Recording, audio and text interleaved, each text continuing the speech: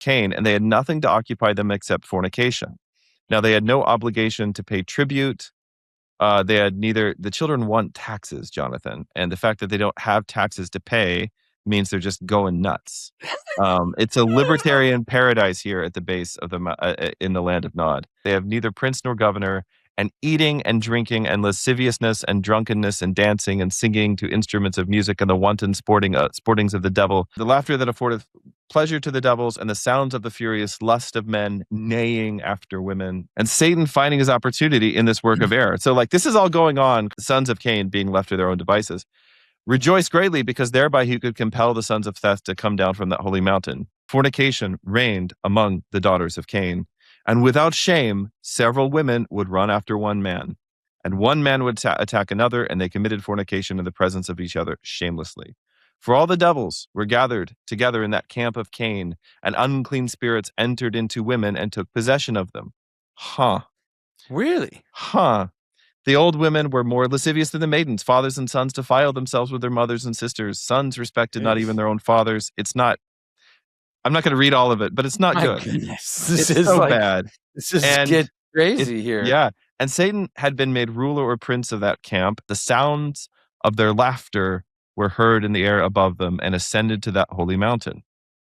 But the children of Seth would neither hearken to the commandment of Yared, nor to the words of Enoch, and they dared to transgress the commandment. And those 100 men who were mighty men of war went down to the camp of Cain. And when they saw that the daughters of Cain were beautiful in form, remember, the daughters of Cain are all possessed by demons, and saw the goodliness of the children of Seth, they gripped them like ravening beasts and defiled their bodies.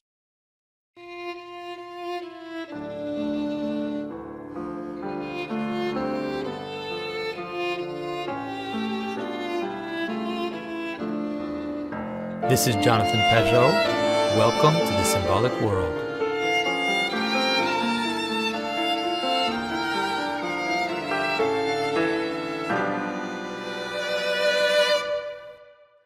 Hello, everyone. I'm here with Deacon Seraphim, and we are going to continue our exploration of Genesis, what it says, and how strangely and wondrously at some point it's going to lead us to the universal history of Persia.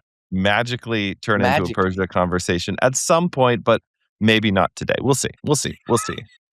So people really liked the last video. I think there were also a bunch of fun, crazy comments in YouTube. I know you're not supposed to read the comments, but sometimes I do. And but in general, people seem pretty excited about the topic. So we're excited to get back into it today. I think where we're going to pick up today, this shouldn't be too much backtracking, but I want to pick up with the birth and life of Seth, who's very, very important to the story. We all know Cain and Abel, that story, and that they're important. And then I think in general, we have this idea that, and then Seth is born, and Seth is kind of just like the replacement for Abel. And we don't know anything else about Seth. Yeah. But actually, in the traditional Christian framework, especially in the East, Seth is a very important figure. He's a very, very important figure. So what's going to be fun today is we'll get into some of the traditions around Seth. We will briefly touch on some of the traditions around the death of Adam. Although actually the more interesting traditions around the death of Adam are treated elsewhere in even older texts than this one we're talking about. In case anybody's forgotten, we're doing the Cave of Treasures from the Syrian tradition. But there's actually older texts that talk specifically about the death of Adam, which we will come back to in a future video. So we're going to talk about the birth of Seth, the death of Adam, and then we're going to get onto the Nephilim, which I know is what everybody's especially excited about right now. Especially now. It's been a weird couple of months. Really? What's going on? I don't know. It's been a weird couple of months. But yes, a lot of people saw that Father Stephen DeYoung went on Tucker Carlson, and they actually had a good conversation. I thought it was really good. I saw so many people attacking this, but Father Stephen was so reasonable and like trying to pull Tucker away from the edge in his theories, and explained very well what a demon was. Explained very well when what we mean by the fact that they're hybrids, that it doesn't mean that their DNA is changed, which Tucker kept insisting on, but I thought he did an amazing job. Yeah. So and also bringing it back to why does this actually matter? Well, it matters Yeah. for purposes of your sin, your repentance, all these Mm. different things. And yes, a lot of people have been very unhappy about the interview. Yeah. You can't make people happy. But what I want to do is actually try to make the case because several people came and said, "Oh, well, actually, of the Sethite view of the Nephilim, that's actually the one that the church eventually accepted." So what we're going to do today is actually to learn what the Sethite view is, and then Yes. we can compare it to what Father Stephen said, and what he said on Lord of Spirits. Anyway, so we're going to do this is not really a reaction video, but because this is in the air, because this is topical, people are thinking about this a lot. I think it'll just be an interesting thing to talk about. And so eventually we're going to get to Persia. Yes. Today, Seth and the Nephilim. Let's Today, go. Seth and the Nephilim. We'll see. I think we can get through the first 1,000 years of human history today. Let's see. Let's go. All right. Was that last time? Ah!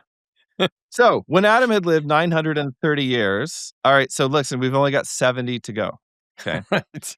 When Adam had lived 930 years, that is to say, until the 135th year of Mahalil, on the day that his death drew nigh and came, and Seth, his son, sorry, I should back up. We were going to talk about the birth of Seth. So Adam and Eve mourned Abel for 100 years. And then Adam knew his wife again, and she brought forth Seth the beautiful, a man mighty and perfect like unto Adam. Mm. And he became the father of the mighty men who lived before the flood.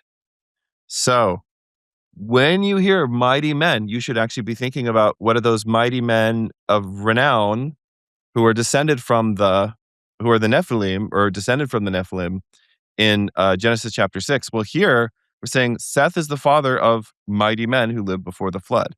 So we're going to see how this word mighty man is used in a few different ways. By the way, in the Old Testament, that term is also used, off the top of my head, no idea if it's the same term in Hebrew, but you have this, mighty men of great renown. But then you also have a similar echo going on with like David and his mighty men, Mm-hmm. right? So, which again, the idea is that they're big heroes, right? So you have these mighty men who lived before the flood. The thing to key in on here that's very important in this tradition is that Seth is basically Adam 2.0. Yeah. So Cain and Abel were almost like this split of each other, but Seth is a perfect reproduction of Adam. One of the things that this kind of means is that in the tradition, Seth is often seen as a type of Christ. Yeah. Now, this might be weird to people who, Seth gets like 2 lines in Genesis, right? But in the tradition, like I said, he's a much bigger deal, as you'll see in a moment.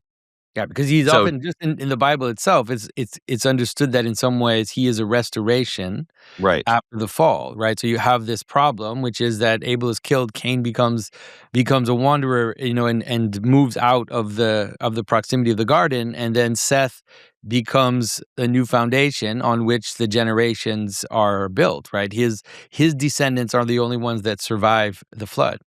Right. There's a kind of a note here, and for instance, you find this in the Book of the Bee. This is very important to understanding the whole, again, let's call it the Sethite hypothesis or the Sethite It's very important to understand that as part of this hypothesis that Eden was on a mountain. So the top is the Garden of Paradise, right?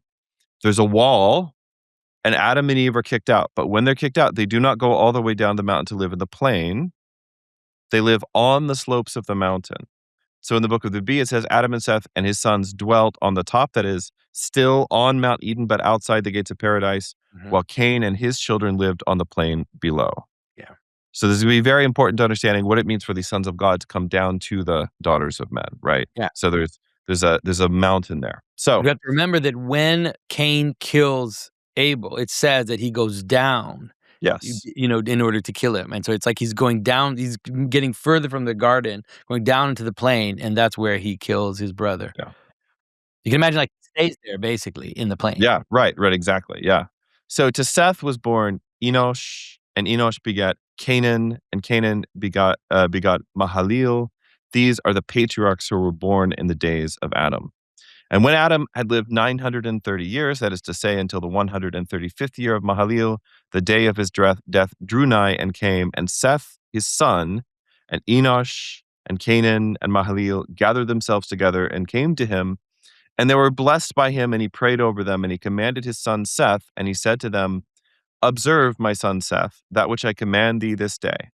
And do thou on the day of thy death give my command to Enosh and repeat it to him, and let him repeat it to Canaan, and Canaan shall repeat it to Mahalalel. And let this my command be handed on to all your generations.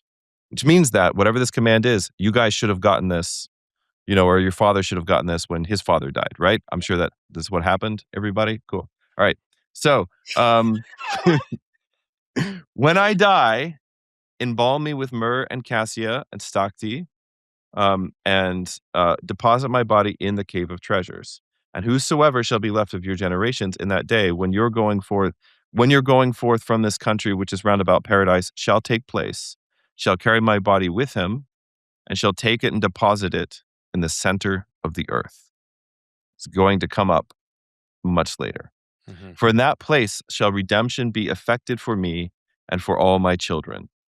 And be thou, O my son Seth, governor of the sons of thy people, and thou shalt rule them purely and holily in the fear of God, and keep your offspring separate from the offspring of Cain, the murderer. Yeah. So, instructions are, here's the cave of treasures. The cave of treasures has these things which are taken from the mountain of paradise. Right? Myrrh, cassia, stocti, you should be thinking maybe frankincense and myrrh a little bit, maybe. Yeah. Right? These things are here in the cave of treasures. And when Adam dies, his body's going to be embalmed and left there with the body of his son Abel. Right? Remember, Abel's there as sort of the first martyr, the first relics.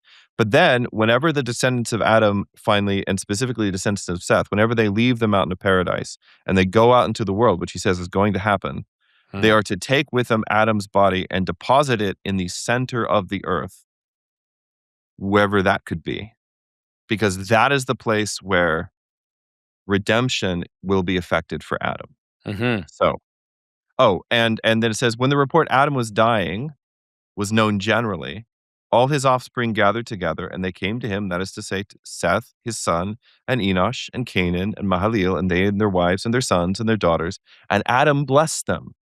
And the departure of Adam from this world took place in the 930th year, according to the reckoning from the beginning, on the 14th day of the moon, on the 6th day of the month of Nisan, which is April, at the 9th hour, on the day of the eve of the Sabbath. So that's a Friday. So you have a Friday at the 9th hour in the month of Nisan. Yeah. Well, who else died on a Friday at the 9th hour in the month of Nisan? Well, it says at the same hour in which the Son of Man delivered up his soul to his Father on the cross, did our father Adam deliver up his soul to him that fashioned him, and he departed from this world. Now, you can hear that and say, well, that's not in the Bible. But what is in the Bible is that Christ is the second Adam. Yeah, that's right. Right. And so this is what the tradition is doing. It's looking for these parallels. So you have these parallels in the creation of Adam, that Adam's body is sort of lies fully created but inert for this sort of 3-day period before life comes into him, and this prefigures the resurrection. We have the same kind of thing happening here, where he gives up his life on the same day at the same hour, that many thousands of years later, Christ will also give up his life on the cross. Yeah. And I think this is really the thing that we just have to keep hammering into people's mind, is that extra-biblical narrative is interpretive. That what it does is it helps you see things in Scripture that you might have passed over too quickly, that you might not have noticed how significant it is. And so it's a way to kind of remind you of how significant these stories, these aspects of the world are. For the colorful month of June, we are having a special promotion for our most recent fairy tale, Little Red Riding Hood, in which if you get the book, you will also get an audiobook version of it for free. You'll get me reading both the book and the symbolism essay, which in this case is part of the very book. The story of Little Red Riding Hood is so appropriate for now. It is relevant to our situation in so many ways when we have, in some ways, are asking questions about infiltration, about, identity, about who gets to claim what identity, and what it means to have someone pretending to be you inside your world, and how that can be a dangerous thing to happen. And so, we told our own version, of one that kind of takes it one step further, that I hope you will enjoy. So get your book today while this promotion is on. So when Adam was dead, his son Seth embalmed him, and according as Adam had commanded him with myrrh, cassia, and stocks. Now Adam's body was the first body buried in the earth, and grief for him was exceeding sore. That is, actually, in some traditions, all creation is mourning the death of Adam, right? He's the first man, the first king.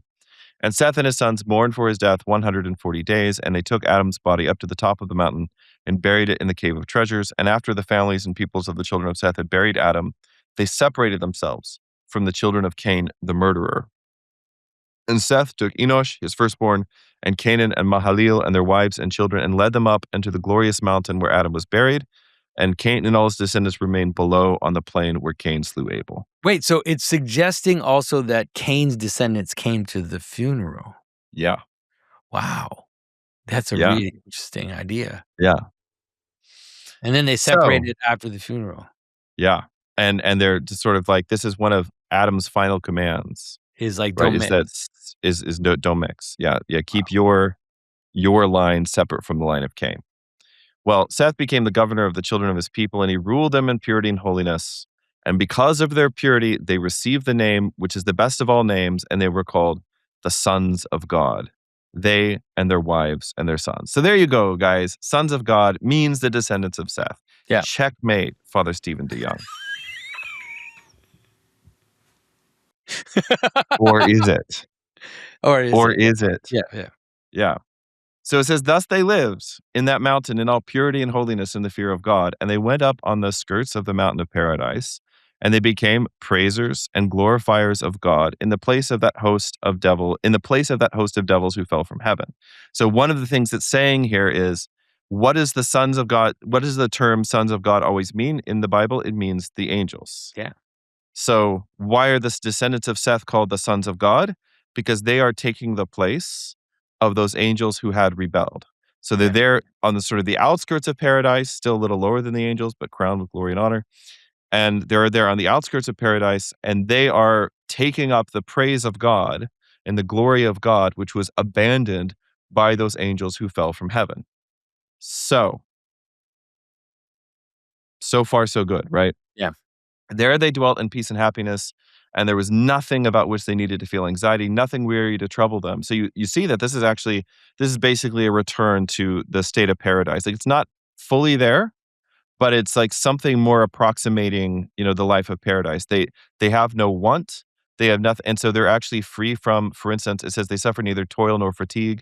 They had neither seed time nor harvest, but they fed themselves with the delectable fruits of glorious trees of all kind, and they enjoyed the sweet scent and perfume of the breezes which were wafted forth to them from paradise. So it's like there's the curse on the land, but the descendants of Seth are still living a life that's not quite the life in paradise. They still die at a very advanced age, but they are there dwelling on the outskirts of paradise and still participating in that life of paradise. So it's like the curse doesn't fully affect them yet. Yeah. And I think that this is important because all of the traditions about Seth, either the ones in this book or in other books, have this shape. Often it's said that Seth receives a shoot from the tree of life or a shoot from the tree of the knowledge of good and evil, and then plants it outside of the garden, so that, what it does is if you think about the kind of fractal thing where, wherever you are, you can participate in the kingdom of God, right? That God is present everywhere in all things. Doesn't mean that anything goes and everything's possible. Like, you could just do anything and be in the life of God, but that even if you're outside of the garden, there are levels of participation that are different, depending on where you are. And again, like, if you look at the story in terms of what it is that the Sethites are doing, it's also like a fractal image of the big cosmic hierarchy. So you have the descendants of Cain that go down below into the pit, And then you have the descendants of Seth that are up higher up on the mountain. And so although they are, let's say, lower than, like you said, the angels, and the Cain is higher than the demons, they're like a little image of that cosmic Yeah. structure, you know. That's why it's Yeah. completely relevant to say that they are the sons of God in that context as well. Yes. So they dwell in peace and happiness. They have nothing about which they need to feel anxiety. They have nothing to do except to worship God, right? Praise and glorify God with the angels. It's great. And it says, for they heard continually the voices of the angels who were singing praises in paradise, which was situated at no great height above them. In fact, only about 30 spans. And then it says, according to the measure of the Spirit. So, yes, got to use your spiritual ruler for this one, you guys. They suffered. So, span is this much. Yeah. All right. So they suffered. We don't know neither what the Spirit's span is. Yes, well, don't know. Not quite Yes, sure. Not quite sure. yes. They suffered neither toil nor fatigue, neither seed time nor harvest. So they're not. There's no the curse on the ground doesn't apply to them. They're not having to experience. These are all ways of talking about the things we just talked about. It says, "Thus lived those holy men who were indeed holy, and their wives were pure, and their sons were virtuous, and their daughters were chaste and undefiled. In them there was no rebellious thought, no envy, no anger, no enmity. In their wives and daughters there was no impure longing, neither lasciviousness, nor cursing, nor lying was heard among them. The only oath which they used in swearing was by the blood of Abel," which again should be thinking Hebrews, the blood of Christ, proclaiming, speaking better things than the blood of Abel, right? Yeah, but Deacon Seraphim, the original sin, Deacon Seraphim, isn't their nature completely? Well, they are still dying, That's right. Yeah, at a right. very advanced age. They are still dying, but Yeah. they are living lives which are perfect. They are living literally the lives of the angels, right? Yeah. And they and their wives and their children used to rise up early in the morning and go up to the top of that holy mountain and worship there before God. And they were blessed by the body of Adam, their father, which is there among them as a holy relic. And they lifted up their eyes to paradise and praised God, and thus they did all the days of their life. Now, by the way, um, certainly in the understandings of Genesis, which I was given growing up, Adam gets a really bad rap. Yeah. And I understand he doesn't come across super well in Genesis. But the Christian understanding of who Adam is informed by Christ as the second Adam. Mm. Well, the point of Christ being the second Adam is that there had to have been something glorious about the first Adam. Yeah. Right? There had to be, and so obviously, the tradition that I grew up in is very pessimistic about human nature in general. And so Adam is kind of, the way that they treat Adam is emblematic of that. But here in this tradition, we see Adam's body is among them basically like a holy relic. Yeah. Now, there's some fun little notes here in the tradition. One of the things it says, in the days of Seth, the knowledge of books went forth in the earth, and there was writing. It says, but the church does not accept this. This is probably because the sort of general ancient tradition in this part of the world is that that Enoch is the first person to write something. Mm-hmm. But it says in the text that the church does not accept this? Yeah, it does not accept the idea that they had books in the days of Seth, like that they had writing. So it's kind of interesting.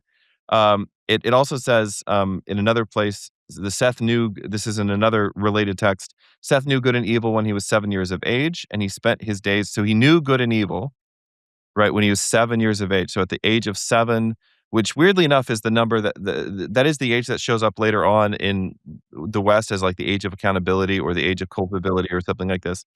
And he spent his days and nights in fasting and prayer, and he made an offering to God daily.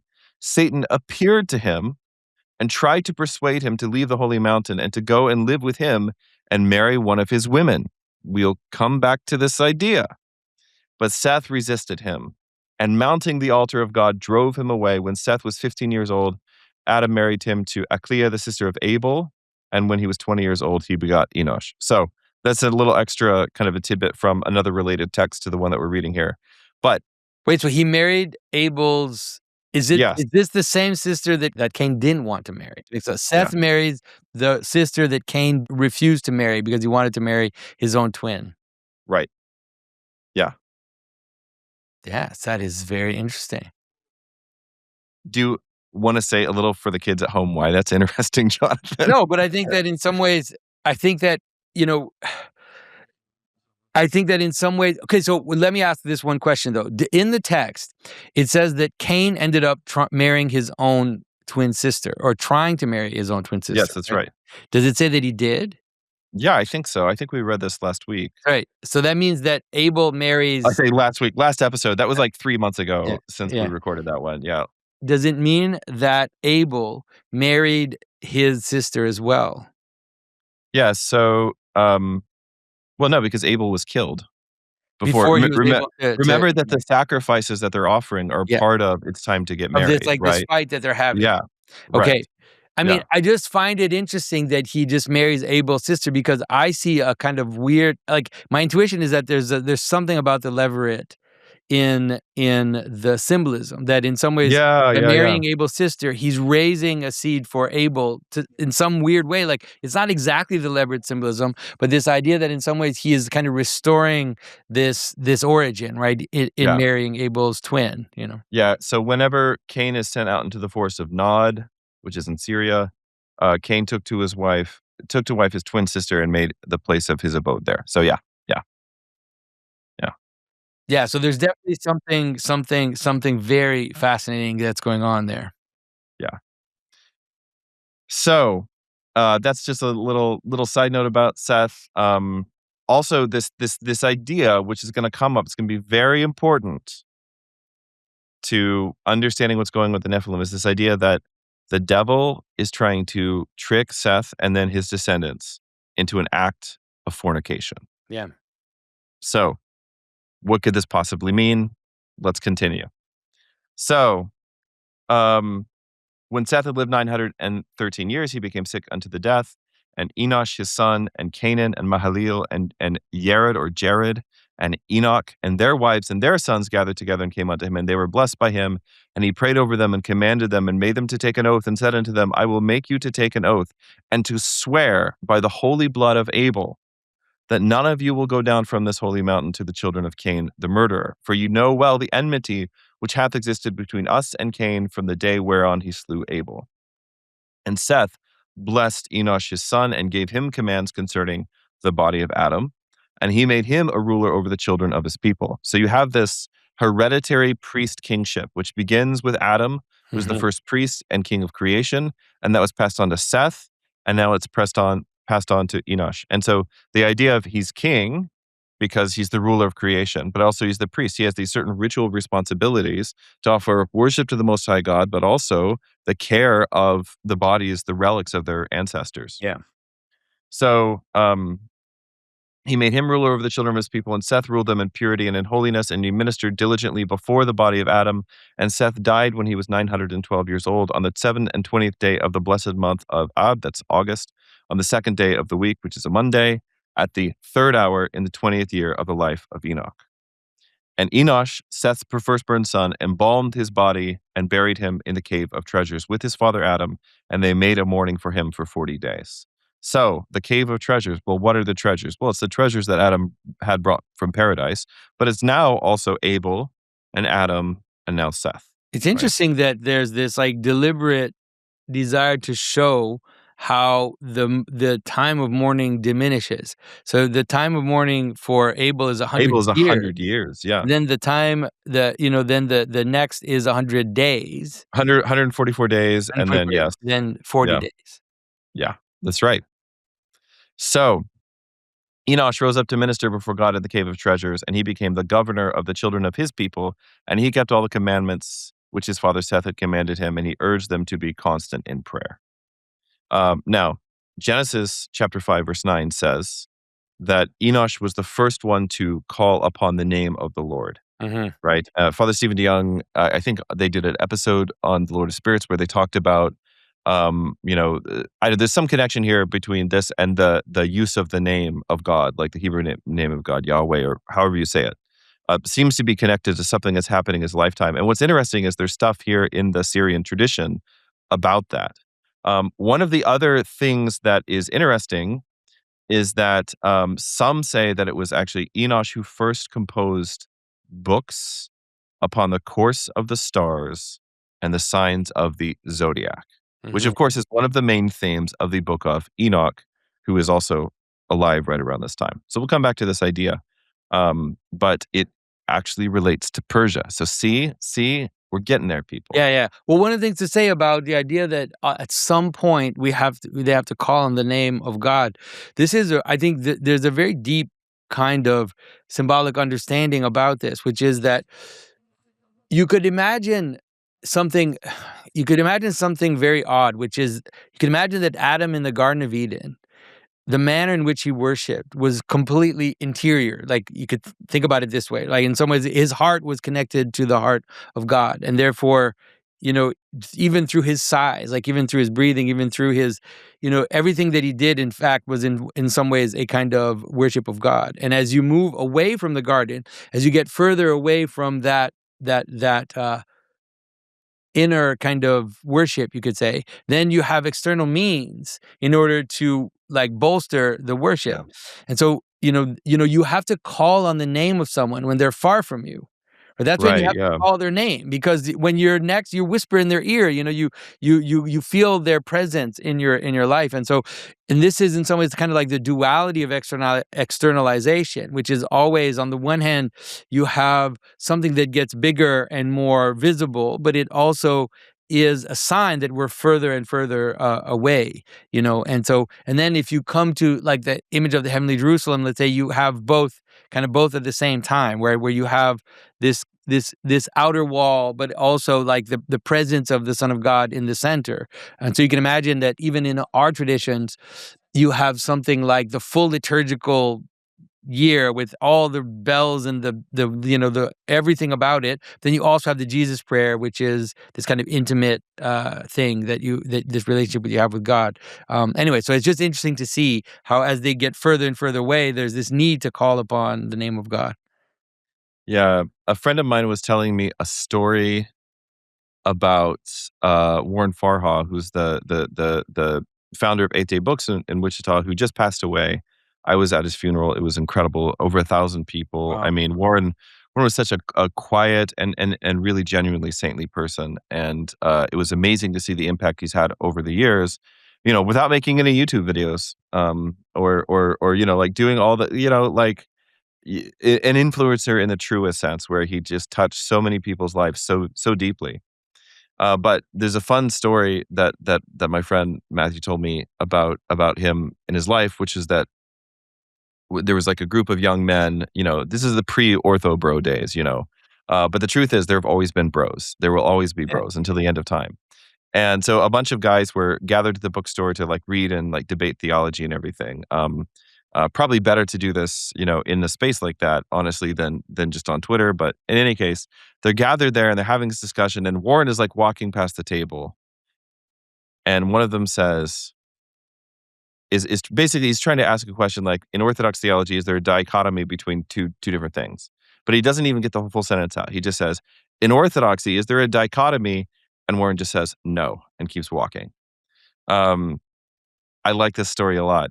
The point that I'm trying to make here is that we dichotomize this idea of, well, you have the ritual elements of religion, obviously in Orthodoxy we have them, kind of to this extreme, which seems absurd to modern people sometimes. Then you also have the interior aspects, and the sort of the normal modern move to do would be to dichotomize those, and obviously we do it. And really since the 16th, 17th century, at least in the Anglophone world, because this starts with a particular movement in England. I don't know about, other cultures as well, but in the Anglophone world, this really, really starts with a movement towards saying, actually, the interior thing, just like the thoughts you're thinking to yourself, that's the real thing. And all this other stuff, you can sort of like, it's optional. Well, if it's optional, then eventually you sort of, you can do without. Yeah. And, but actually it's the same God who commanded both. Yeah, but it's also because it's not that they oppose each other, it's that one is the source of the other. That's really the way of understanding. It's not that they don't have a kind of tension between them, but the externals are the image of the internals. And it's true that you could say that the internal is the highest part, like is the truest part. But then the externals are an image of that, as you move out into reality. Yep. All right. So moving forward, a very important event here. Meanwhile, back at the Forest of Nod, in the days of Enoch, in his 820th year, Lamech, the blind man, killed Yeah. Cain, the murderer, in the Forest of Nod. Now, this killing took place in the following manner. As Lamech was leaning on the youth, his son, Tubal-Cain, and the youth was setting straight his father's arm in the direction in which he saw a quarry. So basically, Lamech is blind, and he's decided he wants to go hunting anyway. Maybe not the best idea, just in general. But oh man, I just want to make a Dick Cheney joke right now, so bad. But I'm gonna restrain myself. It's kind of a dated reference. So they're out, and Tubal-Cain is directing his hand towards some game, and Lamech releases the arrow. And now Cain was unable to stand still in one. So Cain has a thing because of the curse that's on him, right? He can't stand still in one place. I don't know if you've heard this tradition before, Jonathan, but he has this thing where because he's cursed to wander, right? This sort of takes that like really seriously. And so like Cain is out in the forest, but even out there, he can't just like be still. Yeah. And so he's making all this racket. Lamech releases the arrow, having made ready, drew his bow and shot an arrow towards that spot, and the arrow smote Cain between his eyes, and he fell down and died. And Lamech, thinking that he had shot game, spake to the youth, saying, "Make haste." Remember, the youth is Tubal-Cain in this tradition. "Make haste, and let us see what game we have shot." And when they went to the spot, the boy on whom Lamech leaned had looked, and he said unto him, "O my lord, thou hast killed Cain." Well, what you should remember is that there's a curse on whoever kills Cain. That's right. This is a thing.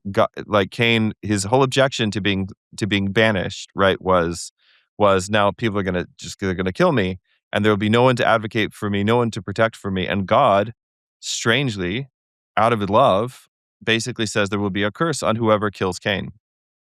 Well, Cain is Lamech, his descendant, has now killed him. And so Lamech moved his hands together to smite him together, and as he did so, he smote the youth, that is Tubal-Cain, and killed him also. Yeah, this tradition is everywhere. It's not just in Syria. If you go to some medieval church and medieval manuscript from France or from Europe, you'll see this tradition. Often Cain is represented like a wild man. He's often hairy out in the woods. He's actually not wearing clothes anymore.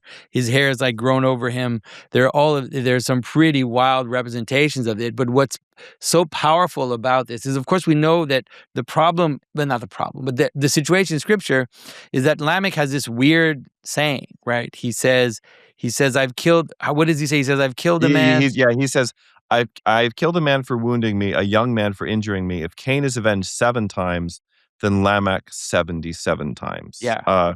This is the idea. It's like, what is going on there? And this explanation what makes it very powerful to help you understand what's going on in this. Like, why from 7 to 77 is how the increase of violence is actually devouring reality. Because in the Genesis text, it's suggested that this is happening. And showing it this way says Lamech killed his ancestor and then killed his son. That's it. That's the end of violence. The end of violence is you kill your source and you kill your progeny, and then you've devoured the entire world. You're left in this vacuum where you have neither past nor future. You have only this curse that has kind of swallowed up reality. And by saying, if Cain would be avenged 7 times, I'll be avenged 70 times 7. You have to remember that the vengeance on one who killed Cain is part and parcel with his curse to wander. So what he's really saying is, I am 7 times more cursed than Cain was because of what I've just done and because of what has just happened. Yeah. And so I think I really understand why this particular tradition of all the traditions we've talked about until now has really become ubiquitous all over. And I mean, the fact that they have the very same tradition in Syria and in Europe. You find this in Arabic, you find it in Hebrew, you find it in Ethiopian versions of the story. They have slight variations on the exact sequence of events that they all agree on basically the essential details. This is basically universal. And of course, there's also a note here to say, by the way, the anvil and the hammer and tongs were invented by Tubal-Cain. And then Jubal is also, and this is in Genesis as well, is the one who constructed musical instruments, harps and pipes, and that devils lived in the pipes and sang in them. Now, we're going to get real hard on instrumental music here in a minute. I just want to say one more thing about Tubal-Cain and about the situation is that one of the things that makes this particular tradition so powerful is that it doesn't tell you whether or not Tubal-Cain did it on purpose. It just says that Tubal-Cain aimed the arrow, and then he said, Lamech, you killed Cain, right? And so what it implies is that there is possibly also a whole other story, maybe some story of abuse, of contempt, of hatred for his ancestor, where he thought he was being tricky, and he was like, well, I'm not going to kill Cain, you're going to kill Cain, right? And so it's like, it's such a, that's why it sure feels that way, doesn't it? That's why it's such a great story, because it just has layers upon layers of implications when you look at it, Lamech is also really interesting because he's not quite the terminus, but he's almost the terminus of the line of Cain before the flood, right? The last generation that will be named of the descendants of Cain after the flood is Jubal and Tubal-Cain's generation. And Jubal and Tubal-Cain are sons of the same father, Lamech, but different mothers. Yeah. So Lamech marries two women, Ada and Zilha, and then he has basically two sets of children, a set of children of two children from each of his wives. So he's also the first polygamist mentioned in the scriptures. So the idea is that from this line and from the polygamy, you get on the one side, you get the creation of music, and then on the other side you get the creation of basically metallurgy, right? Which are connected ideas. All right, this is going great. We're so close to being done with the first 1,000 years of history. It's going real good. All right, so I think we're past the first 1,000 years of history. No, we're still in the first 1,000 years, Jonathan. Well, hasn't Adam died a while ago now? Adam died at the 930th year, but all these lives overlapped with each other. It's not like Seth also lived 900 something years, but he was born relatively early in Adam's life, right? So they're overlapping. All right, we're good. We're good. Like things pick up speed. Speed. When Enoch had lived 905 years and was sick unto the death, all the patriarchs gathered themselves together. But also, the first 1,000 years means the age. So he was sick unto death. All the patriarchs gathered themselves together and came unto him, namely Canaan, his firstborn son, Mahalaleel, and Yared, and Enoch, and now Methuselah. So you notice, we lose one generation, we tacked a new one on. They and their wives and their sons, and they were blessed by him, and he prayed over them and commanded them and spake unto them, saying, I will make you to swear by the holy blood of Abel that not one of you shall go down from this mountain to the plain, nor into the encampment of the children of Cain the murderer, and ye shall not mingle yourselves among them. Take good heed into this matter, for what ye well know what enmity hath existed between us and them from the day whereon Cain slew Abel. All right, so same as before, Enoch blesses Canaan, his son, commands him concerning the body of Adam, that he should minister before it all the days of his life, that he should rule over the children of his people in purity and holiness, and then he dies. And I just want to say one last thing about this and the murder of Cain, which is that when you see it in this text, which makes it beautiful too, is how much there's emphasis on continuity in the descendants of Seth, and how much now with the murder of Cain, there's this, and the murder of Tubal-Cain, there's this emphasis on discontinuity and this chaos that is established between the generations. Yeah. So Enoch dies, his body's embalmed, and they make mourning for him for 40 days. And that's going to be the new number for a while now. Standard. Yeah. So, and of course, that's still what we keep in the Orthodox Church. A loved one dies, we mourn them and we pray for them for 40 days. So Canaan stands up before God now to minister in the cave of treasures. He's an honorable and pure man. He governed the children of his people in the complete fear of God, and he fulfilled all the commandments of Enoch his father. And when he had lived, not a lot happens during his life. When he lives 920 years and was sick unto death, all the patriarchs gathered together. Same thing, right? here's the instructions. Don't go down the mountain into the camp of the children of Cain, the murderer. We've had an enmity between us and them since the days of Abel. Mahalalel, you're going to take over and rule before God in purity and holiness. You're going to serve God in the cave of treasures, which is, paradise, which is the church, which is all these things, right? We've talked about. And you're going to be the governor of your people. And he dies, and they embalm him. They lay him beside Adam, and they make a mourning for him for 40 days. Moving on then to Mahalalel, same kind of stuff happens. Mahalalel lives and ministers before God. Everything's basically uneventful. He dies. He gives the same instructions to his children.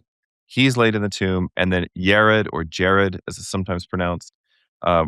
Only in English is it pronounced that way. So I'm going to try to say Yared. I may say Jared sometimes. But his firstborn son embalms him, buries him in the cave of treasures. They make a mourning for 40 days. And then Yared rises up to minister before God in the cave of treasures. And he is a perfect man, complete in all the virtues. And he's constant in prayer by night and by day. And because of the excellence of his life and his conversation, his days were longer than those of all the children of his people. And in the days of Yared, the 500th year of his life, the children of Seth broke the oaths which their father had made them swear. And they began to go down from that holy mountain into the encampment of iniquity of the children of Cain, the murderer. And in this way, the fall of the children of Seth took place. Now, in another important Syriac manuscript called the Book of Adam, there are additional details about this. And that is one day, Yared is serving there in the cave of treasures, and Satan and 30 demons show up in the form of beautiful, handsome men. And they show up there at the mouth of the cave, and they call him out, and Yared comes out, and he sees that they're strangers, and he looks at them and he says, "Who are you guys?" And Satan says, "I'm Adam." And those among his companions say that they are Abel and Seth and Enoch and Canaan, the other kinsmen, the dead patriarchs. And he says, "Hey, why don't you come with me and let's go up to the top of the mountain. Let's go back to the garden. It's time to go back. Let's go back to the garden at the top of the mountain." And Yared is eventually very excited about this. And so they go up the mountain towards paradise.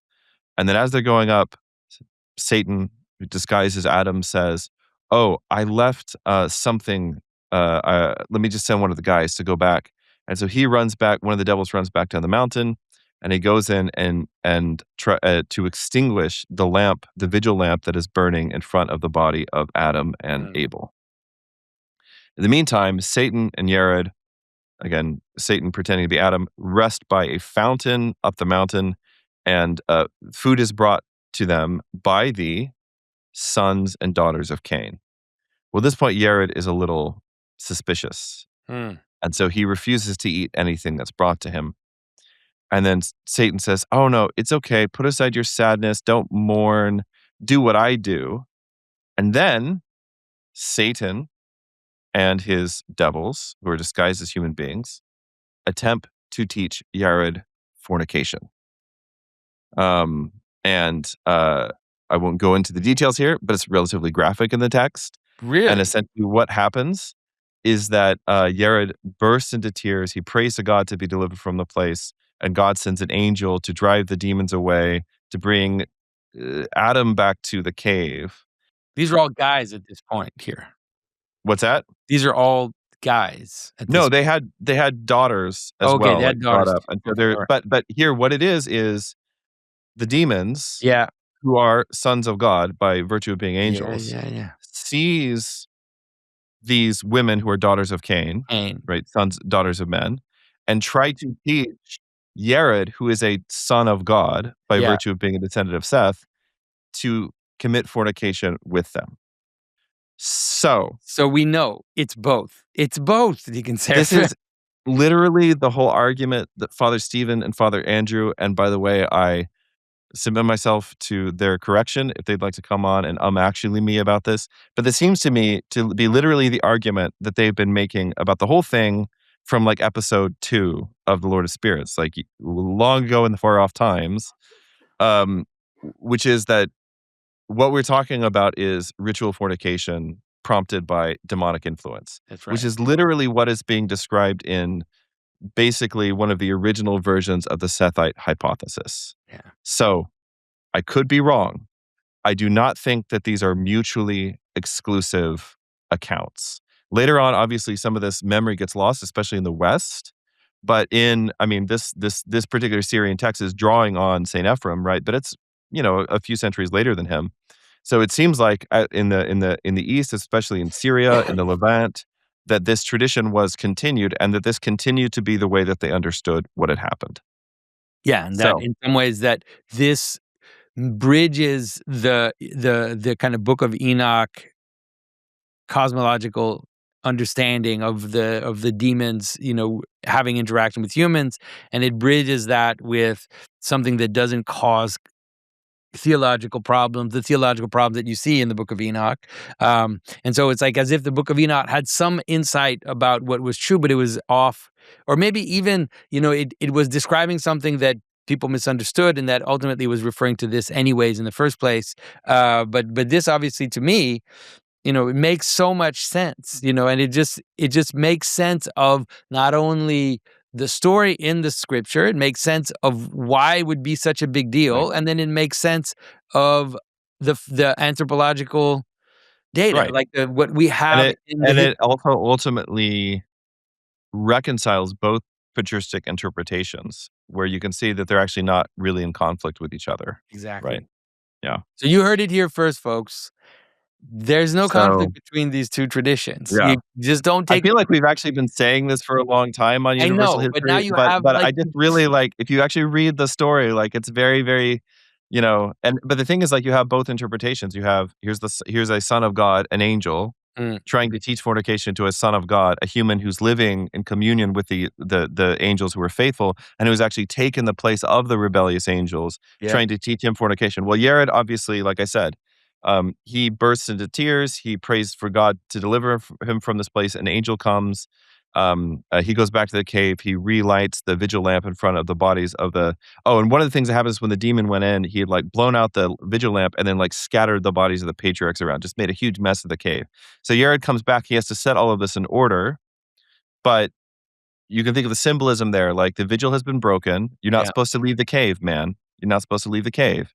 So the vigil's been broken, and literally the patrimony, right, that you've received from your fathers has been just kind of scattered and disarrayed.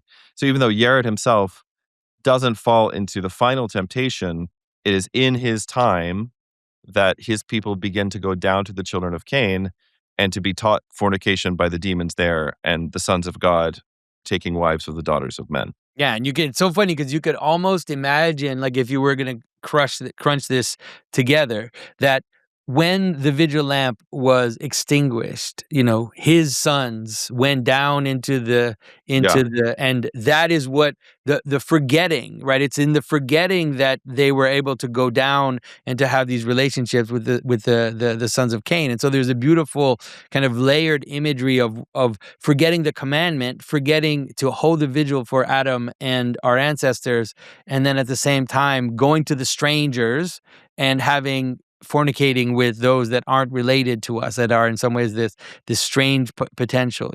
It's yeah. a really great image.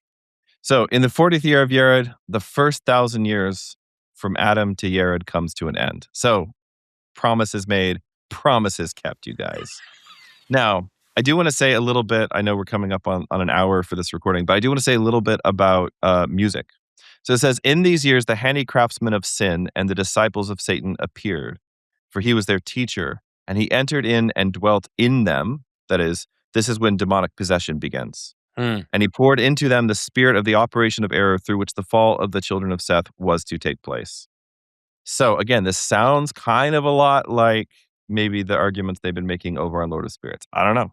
I don't know. Yeah, and Could it's be and wrong. it's funny because I don't even remember where this comes from, because I don't I read this I read this a long time ago. So in God's Dog, there's a moment, it's later in the story, where the giants are kind of having a magical they're bringing up this magical being, right? This ancient being, and we always had that they were playing flutes. And I don't remember like what the source was, the fact that we had them playing flutes. But I guess it must have been some weird, like either intuition or memory that we forgot. Well, let's talk about the evils and excesses of flute playing. I think this Yes, would be well, a we fun know thing to it end was on. just early rock and roll, Deacon Seraphim. Early rock and roll. That's right. Here's the thing about the rock and roll thing, Jonathan. Like, Because mostly I know you right. said this is the thing. So like I grew up like very, very, very, very strict. Like I hadn't even I was not even exposed to like pop music after the 1930s until I was an Mm. adult. Like very strict about this. The thing is, one of the arguments they made is, well, see all the people who create this music, look at how chaotic their lives are and how they're all dying young of drug overdoses and things like this. And if you listen to the lyrics of the songs, they're about, a bunch Yeah, of things. fornication. Yeah, Like, yeah, yeah. like actually not totally wrong. And it's music is a tricky thing. But this is something that is actually, it's pre-rock and roll because we have, for example, our traditions in Quebec where the devil is always at the dance. So if you have Oh yeah. you have a dance and you have a fiddler, the devil is there. He's among you, and you don't know who he is, and he's circulating among you. And there are all these stories about competition with the devil. Either a woman who dances the devil to I'm not exhaustion. sure you're aware, but the devil actually went down to Georgia because he was looking for a soul to steal. All right. You don't know that? You don't No, know that? I'll send you a link later. okay. I'll send you a link later. There's a famous song about a fiddle contest with the devil in the American South Yeah, but called "The Devil Went Down to Georgia." this is like in our culture, this is a folk Yeah. story. So Yeah, either it's a you have folk two story in things. France yeah, yeah. Yeah, Sorry. either it's the Continue. woman that dances the devil like out of hell, like goes down into hell and dances with the devil and brings the devil out, or the fiddler. It's a fiddle contest between the devil and another fiddler. And so what I'm trying to say is that they're in the secular space, you could say, like in the space of desire, like you're in some ways always skirting this. You're always trying to figure out how to deal with desire in a way that won't pull you down into hell. And so Yeah. so you have to learn to dance with that. Everybody has to learn to dance with that. So the idea that music is related to this even already in these ancient traditions makes sense to me. But I think that the solution to me is not to say, well, music bad, right? The solution is to say, like, no, you have to understand that the same desire that leads people to fornication, those desires have to be mastered, right? That's what, in some ways, what dancing can be as well. Can be like a mastering of the desire, right? You're dancing with a woman and you're not like going crazy, right? You're actually finding the right balance. So it's a tricky place, but I think it's in some ways like the place of It training. seems obvious to me that one of the things that has accompanied um a very lascivious culture, pornography, like all the things we deal with in our society right now, has been a loss of the idea of like social dancing. I Yeah. mean, I know that schools still have like proms and things like this, but if the idea of like being like it could be a church function or it could be like at in your parents' barn or something like this, and it's a thing the whole community comes to together, right? That is the loss. When you lose that kind of thing, you lose the ability to actually teach young men this is how you treat a girl, Yeah. right? And so then what all that is left is frenzy, Yeah. right? Which will be a word that comes up over and over again in the passage we're about to read. So the you say like the social dance and it being part of church life and communal life and things like this. This is the antidote to what we're about to describe. Yeah. But in knowing that it's the antidote, you have to understand that the devil is still there at the dance. Like you're not going to get rid of the devil at the dance. And so this is, I think, the fear that people have, and that's why they're so afraid of things like that, is because they see the energy in the room. They see that it's a sexual energy, and they're like, "Oh no." Right? How do like this energy is there in the room? But I think your insight is absolutely right, and people have to kind of learn to understand that, and then to play it out in the right way. But let's read about frenzy now. All right. So Jubal and Tubal Cain, the two brothers, the sons of Lamech, the blind man who killed Cain, invented and made all kinds of instruments of music. Jubal made reed instruments and harps and flutes and whistles, and the devils went and dwelt inside of them. By the way, if you've ever had a small child with a recorder, you know that this is still the case. When men blew into the pipes, the devils sang inside them and sent out sounds from inside them. And Tubal-Cain made cymbals and sistra and tambourines or drums. There it is. I knew drums. I knew it. Yeah. Anyway, I think Mathieu must have read this, like, because we have flutes and drums in our ritual. Yeah. Of course, Mathieu read this. Yeah, like, it would be ridiculous if you I mean, I think I read it too. Anyways. Yeah. And lasciviousness and fornication increased among the children of Cain, and they had nothing to occupy them except fornication. Now, they had no obligation to pay tribute. The children want taxes, Jonathan. And the fact that they don't have taxes to pay means they're just going nuts. It's a libertarian paradise here at the base of the in the land of Nod. Lasciviousness and fornication increase. So they have no obligation to pay tribute. They have neither prince nor governor. And eating and drinking and lasciviousness and drunkenness and dancing and singing to instruments of music and the wanton sportings of the devil and the laughter which affordeth pleasure to the devils. Laughter is another dangerous thing. For instance, I have this friend who only laughs at inappropriate times or inappropriate things. I've never heard of this. I don't know who that could be. Never heard of this. So the laughter that affordeth pleasure to the devils and the sounds of the furious lust of men neighing after women, like a horse, like an animal, and Satan finding his opportunity in this work of error. So like this is all going on kind of like without the help of it's just like the sons of Cain being left to their own devices. Rejoice greatly because thereby he could compel the sons of Seth to come down from that holy mountain. There they had been made to occupy the place of that army of angels that fell with Satan. There they were beloved by God, and there they were held in honor by the angels and were called sons of God. Okay. So meanwhile, fornication reigned among the daughters of Cain, and without shame, several women would run after one man, and one man would attack another, and they committed fornication in the presence of each other shamelessly. For all the devils were gathered together in that camp of Cain, and unclean spirits entered into women and took possession of them. Huh. Really? Huh. The old women were more lascivious than the maidens. Fathers and sons defiled themselves with their mothers and sisters. Sons respected not even their own fathers. I'm not going to read all of it, but it's not good. This is so bad. This is crazy here. Yeah. And Satan had been made ruler or prince of that camp. And when the men and women were stirred up to lascivious frenzy by the devilish playing of the reeds, which emitted musical sounds, and by the harps, which the men played through the operation of the power of the devils, and by the sounds of the tambourines and of the sistra, which were beaten and rattled through the agency of evil spirits, the sounds of their laughter were heard in the air above them and ascended to that holy mountain. And when the children of Seth heard the noise and the uproar and the shouts of laughter in the camp of the children of Cain, seems kind of like another moment in the Bible, by the way, Joshua and Moses being up the mountain talking with God. That's right. And hearing the sounds of the party. War. Joshua thinks war, which obviously a party and war are very related states, right? Yeah.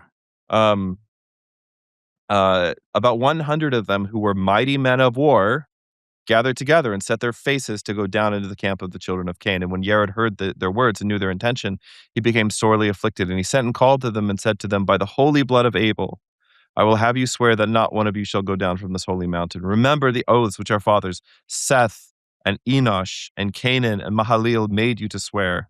And Enoch also said to them, hear, O ye children of Seth, no man who shall transgress the commandment of Yared and breaks the oaths of our fathers and go down from this mountain shall ever again ascend it.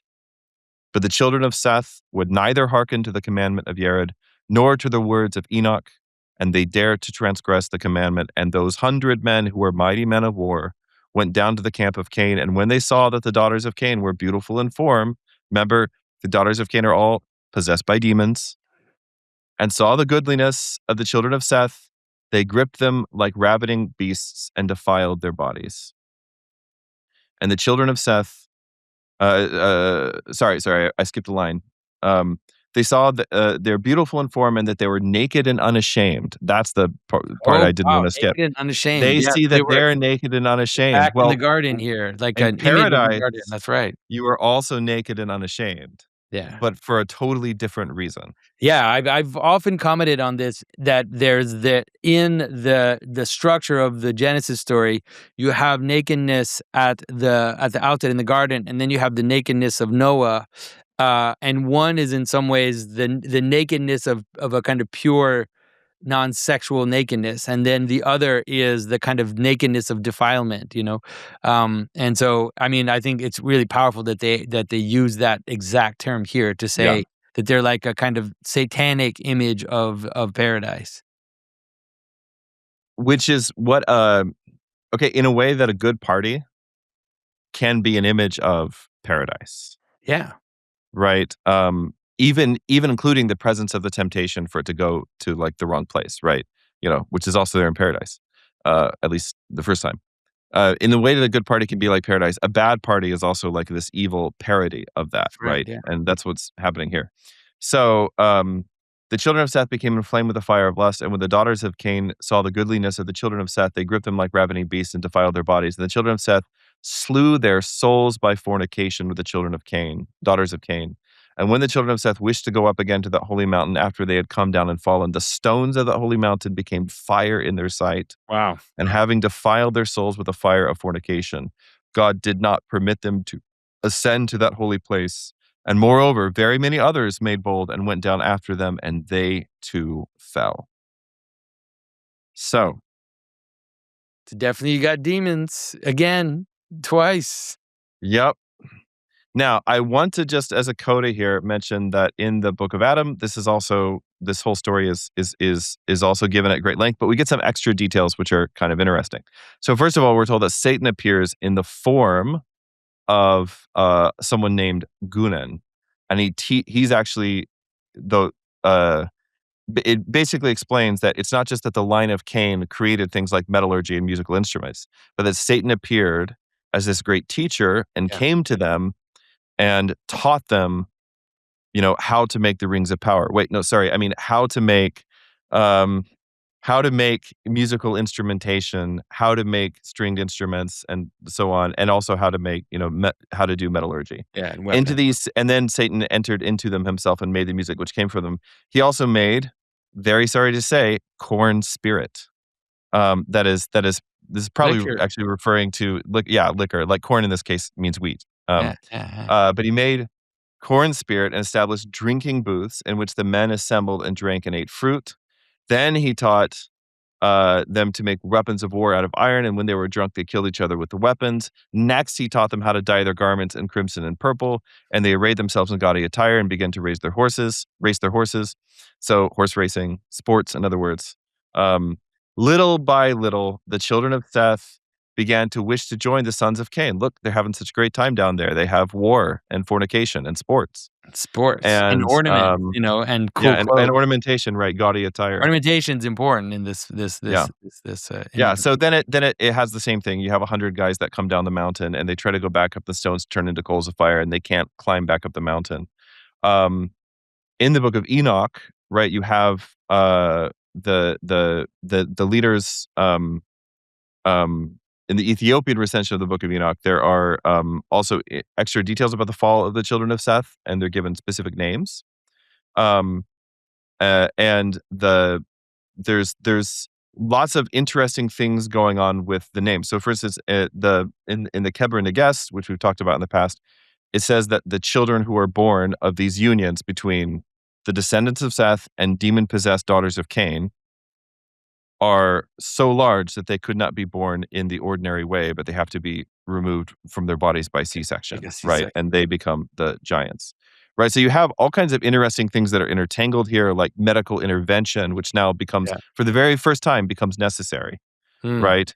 And it becomes necessary like with the increase of technology, the increase of techne, the increase of power. One of the weird things that we talked about, what the reason I wanted to bring this up is because one of the things that we talked about in our last video was it seems like as the technology for fertility is like getting better and better and better. Somebody even asked this question at the Symbolic World Summit. Like obviously, like our infant mortality rate is the lowest it's ever been in human history. But also fertility is super, super low. Yeah. So like why would those two things go together? And I didn't have a good answer to the question at the time, but I think it's related to all of this, right? And then it says now, the giants who were produced from the spirits and the flesh shall be called evil spirits on earth. Their habitation shall be on the earth. This is all this stuff that you find in the book of Enoch. Evil spirits shall proceed from their bodies, and the spirits of the giants shall consume and persecute and lay waste and fight and work and destruction of the earth and afflict man. They shall eat neither food of any kind nor suffer thirst. They shall remain invisible, and these spirits shall attack the children of men and women, for from them have they come forth. So that's from the book of Enoch. Yeah, this is the idea that that in some ways the Nephilim, the fallen ones, these giants become the spirits, like the demons as Right. well. Yeah, which is in Enoch, it's in Jubilees. It seems to be, I mean, there's a really good case to be made that this is what's being referred to by the evil spirits that Christ is dealing with in Gospel according to St. Matthew. Yeah. There's a good book about this. I think it's just called Enoch in the book of Matthew. But anyway, so when Jared lives 960 years, the day of his departure approaches and comes nigh and arrives, and all the patriarchs gather themselves together and come to him, and he prays over them. And he says something different. He says, I will make you to swear. Well, he says, I will make you to swear by the holy blood of Abel that you will not go down from this mountain, for I know God will not allow you to remain very much longer in this holy country. Sorry. Yeah. And then he says, inasmuch as you have transgressed the commandment of your fathers, you shall surely be cast out into that outer country, and you shall no longer have your habitation on the skirts of the mountain of paradise. Take ye good heed to this. Let him that is among you, who shall go forth from that holy country. So whoever ends up leaving, you have to take with you the holy body of our father Adam and the offerings of, what are the three treasures that Adam deposited in the cave of treasures initially? Gold, frankincense, and wait, there's myrrh, that are in the cave of treasures. And let him carry away and deposit the body in a place wherein he shall be commanded by God to set it down. And you, my son Enoch, depart not from before the body of Adam, but minister before God purely and holily all the days of your life. And Jared died being 962 years old on the 13th day of the month of May, on the day of the eve of the Sabbath at sunset, in 366th year of the life of Noah. And Enoch his son embalmed him and buried him in the cave of treasures and made mourning for him for 40 days. So we'll pick up next time with Enoch. All right. About whom there will be a lot to say. All right. This is just so much fun. Deacon Seraphim. I listen, I could literally just do this all the time. This is the only thing it's my favorite thing to talk about. I love Genesis and I love the different interpretive traditions around Genesis, because the thing that's remarkable to me is how completely cohesive they are. Yeah. Right. And it's very, very clear. Like once you dig into, once you dig deeply into the tradition, you realize, a lot of things that I thought were dichotomies and things like this. Some people say this, some people say this, but actually they're really saying the same thing, right? Functionally, it's saying something about hybridity. Functionally, it's saying something about also demonic possession, temptation, fornication, and what it looks like to fall, right? Yeah. And so you can see exactly the way in which this descent down the mountain by these humans who are a little bit outside of paradise, but are basically living the paradisical life. They're living the life of the angels. They're living in counsel with the angels. They're fulfilling, basically everything that human beings are supposed to be. Like if we were to think of what a saintly life would look like after the fall, it would be the life that they're living. So for them to then forget their father and to come and descend down into the plane and to engage in these activities, of course, that's another fall of man. Yeah. And that's how it's handled in the tradition. So thank you so much. This is so much fun. I cannot wait for the next one. And yeah, so, we'll have a lot to say about Enoch, obviously. So and the building of the ark and all this stuff. It's very, very fun. And when Noah, I mean, the Enoch and Noah stuff is probably my favorite part of this, actually. So I'm excited about getting into it. So all right. Well, next time, everyone, thanks for your attention, and we'll talk to you very soon. One of these days, we will get to Persia. But like, it's going to surprise so many of you so much. It's going to be so much fun at every turn. Then we know we're in no hurry. That's right. That's right. All right. Thanks, everyone. Bye, everyone. This is Seraphim Hamilton. The imagery of Isaiah is overwhelming. Fire, stone, seed, life, and death. What does it have to do with Christ? Join me for my course, The Fifth Gospel, to discover how to read Isaiah in terms of its native language, symbolism. When we read that language along the textual structure of the book, we find the story of Christ, the God who became man to elevate man to divine glory. And we find that story both in Isaiah's most famous passages and in his most obscure ones. The course starts on June 15th and can be attended live or at your convenience. I hope to see you there.